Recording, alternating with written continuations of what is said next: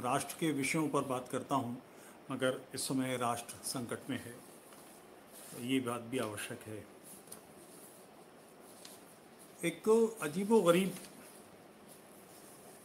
स्थिति है कि भारत के तीन जो कार्यपालिका, न्यायपालिका, विधायिका, इन सबका बाप बनने की कोशिश बहुत लंबे समय से हो रही है। ये अखबार की रिपोर्टिंग है। धधकती हुई चिताएं, मरीजों से भरे अस्पताल, शमशान में मुर्दों की कतार, परेशान परिजन, ये न्यूज़ में आपको आम तौर पे इस तरह की बातें सुनाई देंगी। ये गंभीर विषय है, बहुत गंभीर विषय है। मैं कई बार बात करता हूँ, लोगों से कहता भी हूँ कि ये भारत में राष्ट्र अभी पूरी तरह से राष्ट्रीय विचार विकसित नहीं हुआ है। 9/11 हुआ अमेरिका में सैकड़ों चैनल हैं, कोई उनको कमांड नहीं कर सकता, तुरंत तो बिल्कुल भी नहीं कर सकता। 9/11 के बाद अमेरिकन्स परेशान भी हुए होंगे, हजारों लोग मारे गए, रोए भी होंगे, दुखी भी हुए होंगे। किसी को ध्यान है कि किसी ने पैनिक फैल गया जिस दिन ये घटना हुई थी? उस दिन एक फोटो आई थी भागते हुए लोगों की, वो फोटो भी अगले दिन के बाद कभी नहीं दिखाई दी। राष्ट्र से कहते हैं, आतंकित भी होंगे, डरे भी होंगे, मगर गलत मैसेज नहीं देंगे। ये रिपोर्टिंग करने का कौन सा तरीका है? मैं स्वयं रहा हूं हॉस्पिटल में, और उसके कारण से मैं ये बात आपसे कहूंगा,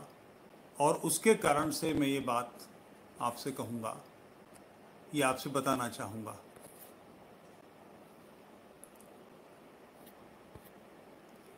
डॉक्टर जब मुझसे मिलने आई तो उन्होंने बताया कि जो ड्रेस पहनी है वाइट कलर की,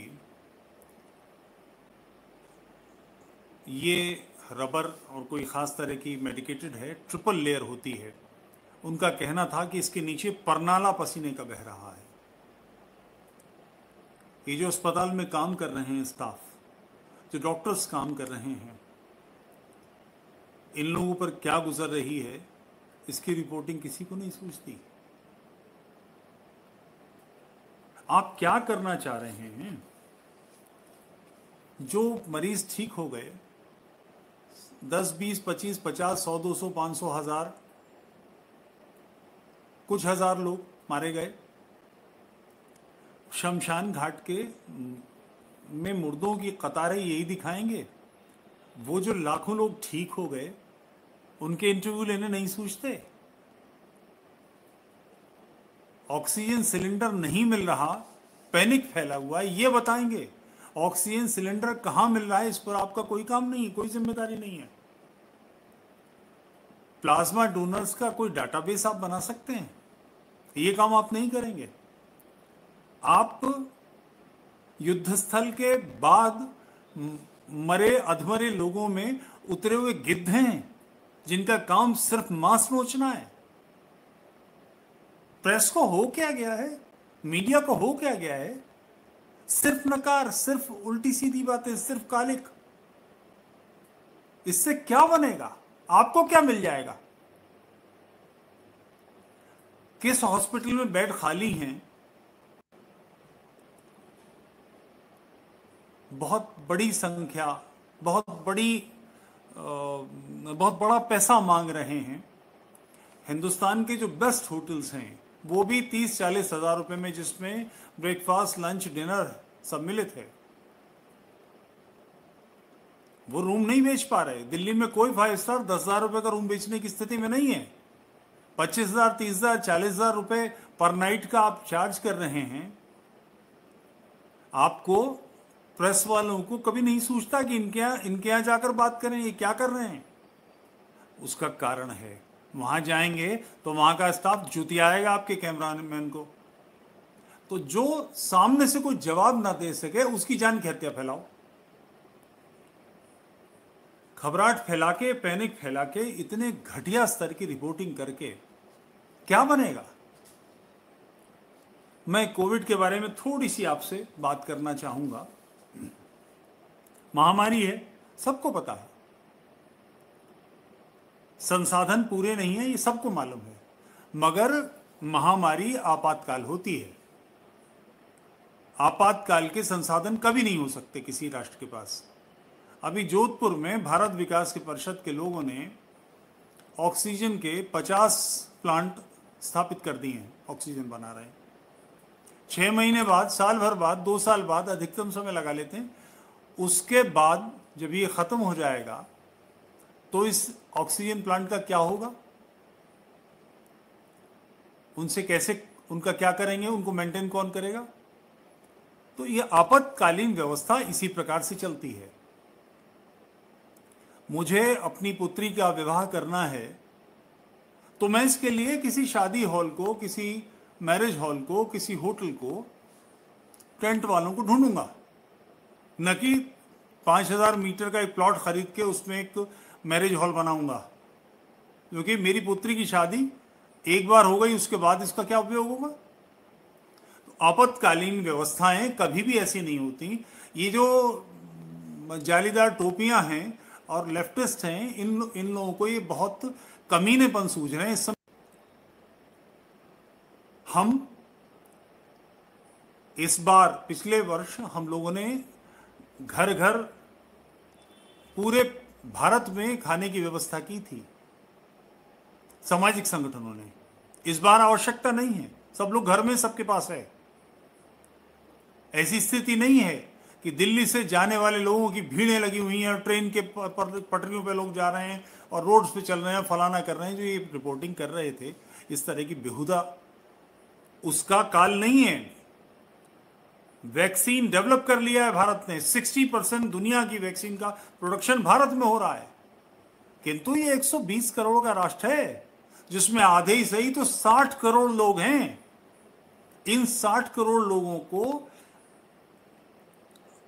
वैक्सीन लगने में समय लगेगा। ये कोई गिली गिली बू नहीं है, ऐसा झंडा डंडा घुमाया और हो जाएगा। तो कृपया इसका ध्यान रखें। और कुछ निवेदन हमारे लोगों ने पैनिक फैला के कर दिया है। मैं अपने ऐसे मित्रों को जानता हूं जिन्होंने जो रेमडेसिविर इसका इंजेक्शन है वो खरीद के मार्केट से अपने फ्रिज में रखा हुआ है। अगर किसी ने 10 खरीद लिए, यानी 15,000 के 10-1500 रुपए का एक इंजेक्शन उस वक्त था, तो 8 लोगों का अधिकार मार दिया। हॉस्पिटल इतने महंगे रूम इसलिए बेच पा रहे हैं कि जहां ऑक्सीजन 95 लोग जिनके पास पैसा है वो हॉस्पिटल चले जा रहे हैं। फिर उसका नतीजा है कि वो रिक्शे वाला, वो ठेला लगाने वाला, वो गरीब काम करने वाला कुली, जिसके पास बड़े साधन नहीं है, वो कहां जाएगा? मारामारी इसके कारण है। मैं 2 लेवल हैं कि जब आपकी ऑक्सीजन 93, 94 या 90 से नीचे आती है, उस समय जो करनी उस पर बात करना चाहूँगा। और एक वो स्तर है जहां आप सामान्य हैं, 93% से आपकी ऑक्सीजन लेवल। कुछ चीज़ें आपसे निवेदन कर रहा हूँ। अगर हमारा ऑक्सीजन लेवल 93% से ऊपर है तो कहीं जाने की जरूरत नहीं, घर में रहिए। बुखार के हिसाब से 3-3, 4-4 घंटे में पैरासीटामोल लेते रहिए। 6 से 8 कप गर्म पदार्थ यानी गर्म चाय, कॉफी, सूप पीजिए। विटामिन सी, विटामिन 50 करोड़ लोगों के लिए हॉस्पिटल किसी राष्ट्र के पास नहीं बन सकते। जितनी व्यवस्थाएं उस पर अगर हम सवार हो जाएंगे तो जिन लोगों को आवश्यक है, जिनके लिए अनिवार्यता है, उन लोगों को नहीं मिलेगी। बदन का दर्द, बुखार कुछ दिनों से लेके 15-20 दिन तक चल सकता है। अगर यू आर ठीक है तो बिल्कुल घबराएं नहीं। ऑक्सीजन लेवल कम होता है तो सीने के बल लेटें। चेस्ट के बल लेटने से लंग्स हमारे पीछे होते हैं। उनको ये ऐसा है कि कोई गुब्बारा पिचक गया, उसको फैलाना है। ऑक्सीजन लेवल बढ़ेगा तभी ना जब ये गुब्बारा पूरा फूलेगा। तो उसको या तो करवट के बल लेटें, बार बार मगर करवटें बदलें, अन्यथा सीने का बल लेट जाएं। दिन में 2 घंटे भी ऐसा करेंगे तो आपका ऑक्सीजन लेवल 97-98 आराम से आ जाएगा। अपनी मर्जी से डॉक्टरी न छांटें, खुद दवा बिल्कुल भी न लेना, किसी के कहने से लें। ये एक प्रोफेशनल डॉक्टर का काम है, उसको ही करने दें। इस स्तर पर कोई स्टेरॉयड, किसी तरह की कोई गहरी दवाएं नहीं ज़रूरत हैं, किसी ब्लड टेस्ट, किसी सीटी स्कैन की ज़रूरत नहीं है। मरीज की चिंता करने की जगह भाग के और सामान ढूंढना और ये ऑक्सीजन सिलेंडर लेना फलाना करना, ये मत कीजिए, इसकी आवश्यकता नहीं है। अगर मरीज को कहीं अलग रखना पड़ता है तो उसे अकेला मत छोड़ें, उसके साथ कांटेक्ट में रहें। अब तो व्हाट्सएप है, फेसबुक है, फलाना है, फोन कॉल है, ये सारी बातें हैं। बी इन टच, उसको चेयरफुल रखिए। और एक बात ध्यान रखिए, आपको जो पहले से बीमारियां हैं उन बीमारियों को इग्नोर मत कीजिएगा। ऐसा नहीं हो कि कोविड की सारी तैयारी करने में बाकी समस्या खड़ी कर लें। और टेम्परेचर का और ऑक्सीमीटर के रिकॉर्डिंग का चार्ट जरूर बना लीजिए। और एक बड़ा गंभीर निवेदन, काढ़ा बहुत इस समय चर्चा में है। मेरे एक मित्र की माँ हैं, वो 92 वर्ष की हैं, उनको दिन में 6-6, 8-8 बार काढ़ा पिलाया गया, नतीजा 10 लग गए, एक और बवाल खड़ा हो गया। तो एक आध दो बार ठीक है, सुबह शाम दे दिया, दोपहर में दे दिया, 3 बार, मगर काढ़े को अत्यधिक रूप से प्रयोग ना करें। अगर अब ये दूसरा पार्ट, ऑक्सीजन 93% से नीचे कम चला गया तब हॉस्पिटल जाने की जरूरत है। मगर ये ध्यान रखें कि रेमडेसिविर या प्लाज्मा थेरेपी अभी तक प्रामाणिक रूप से सिद्ध नहीं हुई है कि उपयोगी है। इसकी वैकल्पिक दवाएं जब 93% से कम हैं तब सीटी स्कैन की, ब्लड टेस्ट की जरूरत है। अस्पताल जब छुट्टी करें, बताएं कि आप हो गए। मेरे मित्र हैं कुछ ऐसे, नोएडा के ही हैं, वो और उनकी पत्नी दोनों मुझसे सीनियर हैं, वो दोनों भर्ती हुए, 2 दिन बाद अस्पताल ने छुट्टी कर दी, घर आ गए। एग्जैक्ट पोजीशन, बिल्कुल करेक्ट पोजीशन आने में टाइम लग सकता है। मैं आज बात कर रहा हूं, बहुत कंफर्टेबल हूं, मुझे खांसी नहीं उठ रही, परसों तक बहुत खांसी थी। अभी मेरी स्थिति सुधरने में शायद 15 दिन और लगेंगे, मगर मैं अस्पताल के बेड पर ही लेटा रहूंगा तो एक ऐसे रोगी जिसको बहुत अनिवार्य रूप से वहां रहने की जरूरत है, उसका बेड में घेर लूंगा। डॉक्टर आपसे कहें तुरंत हट जाइए। कमजोरी, बदन में दर्द लंबे समय तक बना रह सकता है। गर्म तरल पदार्थ पीते रहें, घर पर ही प्राणायाम करें। प्राणायाम से मतलब लोग ये हल्का बैठे, इधर से लिया इधर से लिया, नहीं, फोर्सफुल सांस, जिससे लंग्स फूलें, मसल्स पे दबाव पड़े। और एक बार आरटीपीसीआर आपका पॉजिटिव नेगेटिव आ गया तो इसको दोबारा कराने की जरूरत नहीं है। मैं हॉस्पिटलाइज था, मेरी पत्नी ने मेरे बेटे अपने घर के कुछ स्टाफ 4, 5, 7, 8 लोगों के लिए उन्होंने ये भी चेक कराया किसी के कहने पर कि एंटीबॉडीज तो बने कि नहीं। पता लगा सबके बन गए, यानी घर में एक बार कोरोना आकर निकल चुका है, पता ही नहीं लगा। इससे लाभ क्या हुआ? जिस डॉक्टर ने सुझाव दिया था उसको कुछ कमीशन मिला होगा, हमें क्या मिला? इस बोलने के अलावा, बताने के अलावा कि हमारी बॉडी में एंटीबॉडीज आ गई। बाकी किस काम का टेस्ट है ये? ऐसे टेस्ट की वजह से नतीजा ये है कि जो टेस्ट अगले दिन रिपोर्ट मिलती थी वो 5-5, 4-4 दिन बाद मिल रही है। इसको असंयत बीमारी को महामारी का रूप हमने दिया है, इसलिए ध्यान रखें। अच्छा, दूसरे मीडिया में अगर आप कोई, ये व्हाट्सएप पे आजकल बीमारी ना, कोई फेसबुक आया, फट से आगे बढ़ा दिया। ये जो नंबर भेजे जा रहे हैं, कुछ नंबर मैं भी शेयर करूंगा आपके साथ, कहीं ऐसा तो नहीं है कि उत्साह में हम, जैसे मुझे अभी 2-3 साल पहले का ध्यान है, एक सज्जन बता रहे थे उनका बेटा खो गया, ये फेसबुक पे पोस्ट डाल दी गई, व्हाट्सएप कर दिया गया, तो बोले इस घटना को 3 महीने हो गए हैं, हर तीसरे चौथे दिन मेरे बेटे को पकड़ के कोई ना कोई घर पर छोड़ जाता है। तो ये असंयत मत होइए। और अब कुछ गंभीर सवाल स्वयं से। राष्ट्र संकट में नहीं है, संकट क्रिएट हो रहा है, मगर इसके लिए लोग भी काम कर रहे हैं। सड़कों पर आज कौन है? कॉलोनीज में, गली मोहल्लों में गांव में कौन पहुंच रहा है? पिछले साल कौन लोग थे जिन्होंने खाना बांटा था? इस साल कौन लोग हैं जो ऑक्सीजन सिलेंडर के लिए भाग रहे हैं, पेशेंट्स को जरूरत है तो उनके पास पहुंच रहे हैं, उनकी सेवा कर रहे हैं, वार्ड में झाड़ुएं लगा रहे हैं, सफाइयाँ कर रहे हैं? कौन लोग? गुरुद्वारे के लोग कुछ जगह खाना बांट रहे हैं। सेवा भारती, ये राष्ट्रीय स्वयंसेवक संघ का संगठन है, वो सेवा दे रहा है। भारत विकास परिषद स्थानीय स्तर पर जगह जगह काम कर रहा है। किसी कठिनाई में, क्योंकि इसका कोई केंद्रीय व्यवस्था नहीं बन सकती, संभव भी नहीं है। आज केंद्रीय व्यवस्था बना भी लेंगे उसको, जैसे आप एलजी के लिए, एलजी का एसी आप खरीदते हैं, ख़राब होता है तो एक नंबर है, उस पेट्रोल नंबर पे रिंग करते हैं, तो उनके महाराष्ट्र में, गुड़गांव में, बंगाल में कई जगह सेंटर्स बने हुए हैं। कॉल जाएगी और वो फिर उनका सिस्टम है कि 2 घंटे, 3 घंटे, 4 घंटे में लोकल इंजीनियर का फ़ोन आएगा, अपॉइंटमेंट होगा। मगर ये काम अगर सेवा भारती आज कर ले, बना भी दे, तो 6 महीने बाद इसका क्या करेगी?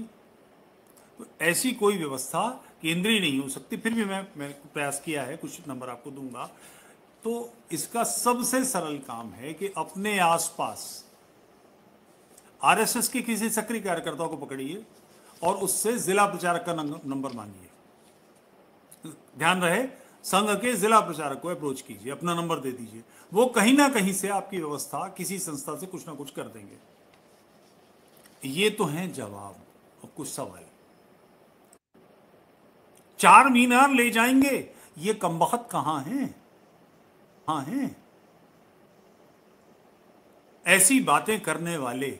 इनमें से किसी एक की आवाज भी सुनाई दी है? ये राष्ट्र की संतान नहीं है, ये सेवा नहीं करेंगे। राष्ट्र पे परेशानी है, ये सेवा नहीं करेंगे। राष्ट्र पे परेशानी है, ये कहां है? किसी को नहीं सूझ रहा कि हमारे मदरसे में अस्पताल बना लीजिए, इस मस्जिद में बना लीजिए। सरस्वती शिशु मंदिर बंद हैं जगह जगह, आपातकालिक वार्ड की तरह डीएम से बात करके उन लोगों ने बना दिए हैं। घरों में खाना पकवा के उनके लिए भेज रहे हैं, ऑक्सीजन के सिलेंडर्स की व्यवस्था कर रहे हैं। आप कहां हैं? किसी भी सामान्य स्थिति में किसी भी अस्पताल में सरकारी चले जाइए, आपको बुर्के वाली औरतें, बच्चे, थोक के भाव वाले और ये जो जालीदार हेलमेट पहनने वाले हैं, ये आपको दिखाई देंगे। राष्ट्र के संसाधनों का सर्वाधिक उपयोग करने वाला समाज है इस्लामी समाज। इसके नेता कहां हैं? जो 10 मिनट छोड़ दो तो ये तीर मार देंगे, वो तीर मार देंगे, ये बिलों में कहां घुसे हुए हैं? अपने ही समाज के लिए कर लीजिए। आप तो कॉलेजेस चलाते हैं, आपको नहीं सूझता? अपने समाज के लिए कर लीजिए, केवल मुसलमानों के लिए कर लीजिए। लगा दीजिए उस पर, जैसे आम मस्जिदों में कई बार बोर्ड मिल जाते हैं, बरेलवी, ये बरेलवी मस्जिद है, यहां देवबंदी, अहले हदीस, अहले कुरान, फलाना ढमाका, शिया, अहमदिया, इनका प्रवेश वर्जित है। ठीक, आप लिख दीजिए कि केवल बरेलवी आएंगे, केवल देवबंदी आएंगे, जो चाहे आएंगे। मगर इन लोगों को सामने आना चाहिए। लोग पूछेंगे, सवाल करेंगे मेरे जैसे लोग।